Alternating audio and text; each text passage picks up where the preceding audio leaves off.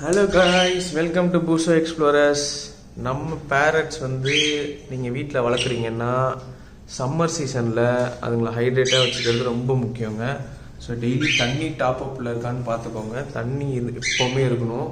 So சீட்ஸும் வச்சுக்கோங்க. முடிஞ்ச அளவுக்கு ஃப்ரூட்ஸ் ஃபீட் பண்ணுங்கள். ஸோ இந்த மாதிரி வாட்டரை ஸ்ப்ளாஷ் பண்ணி விடுங்க ஸ்ப்ரே கன்னில். ஸோ இது ரொம்ப முக்கியம். பேரட்ஸ் ஹைட்ரேட்டடாக இருக்கும். ஏன்னா அடிக்கிற கத்திரி வெயிலுக்கு நம்மளாலே வெளியே போக முடியல.